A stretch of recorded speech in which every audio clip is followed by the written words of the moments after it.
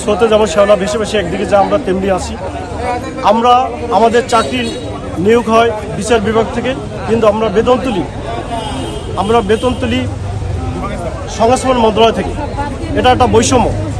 আমরা চাকরি করি এক জায়গায়, বেতন তুলি আরেক জায়গা থেকে। আমরা এই বৈষম্য দূরীকরণের জন্য আমাদের বাংলাদেশ বিচার বিভাগ কর্মচারী অ্যাসোসিয়েশনের বড় দাবি হচ্ছে আমাদেরকে জুডিশিয়াল সার্ভিস কমিশনে আওতায় নিয়ে আসতে হবে এবং স্বতন্ত্র বেতন স্কেল করতে হবে।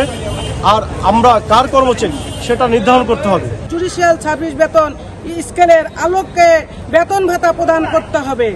বাংলাদেশ জুডিশিয়াল সার্ভিস কমিশনের অধীনে অধস্তন আদালত ও ট্রাইব্যুনালের সহায়ক কর্মকর্তা কর্মচারীগণের নিয়োগ বিদ্যমান ব্লক পদ বিলুপ্তি করে যুগোপযোগী পদ সৃজনপূর্বক যোগ্যতা ও জ্যেষ্ঠতার ভিত্তিতে পদোন্নতির সুযোগ রেখে স্বতন্ত্র নিয়োগ বিধি প্রণয়ন করতে হবে। আমাদের এই ব্লক পদগুলো উত্তোলন করে যুগোপযোগীভাবে আমাদের 5 বছর অন্তর অন্তর আমাদের পদোন্নতির ব্যবস্থা থাকা, এই দুইটা দাবিই আমাদের আজকে আমরা মুখ্য দাবি এবং এই দাবিতেই আমরা কর্মবিরতি পালন করতেছি।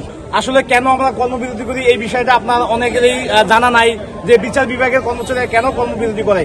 আসলে আমরা বিচার বিভাগে চাকরি করেও বিচার বিভাগের অধীনে থেকেও আমরা বিচার বিভাগের কর্মচারী না। তো আমাদের এক দফা এবং এক দাবি এবং একটাই আমাদের কথা, সেটা হচ্ছে আমরা বিচার বিভাগের অন্তর্ভুক্ত হতে চাই।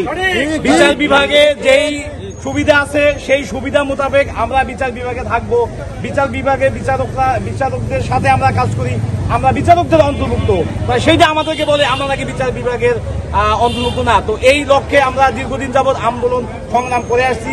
তো সর্বশেষ আমাদের বিভিন্ন উদ্বোধন থেকে বিভিন্ন আশ্বাস দেওয়ার ফলেও আমরা কোনো আশানুরূপ ফল না পাওয়ায় আজকে আমরা রাস্তায় নামতে বাধ্য হয়েছি।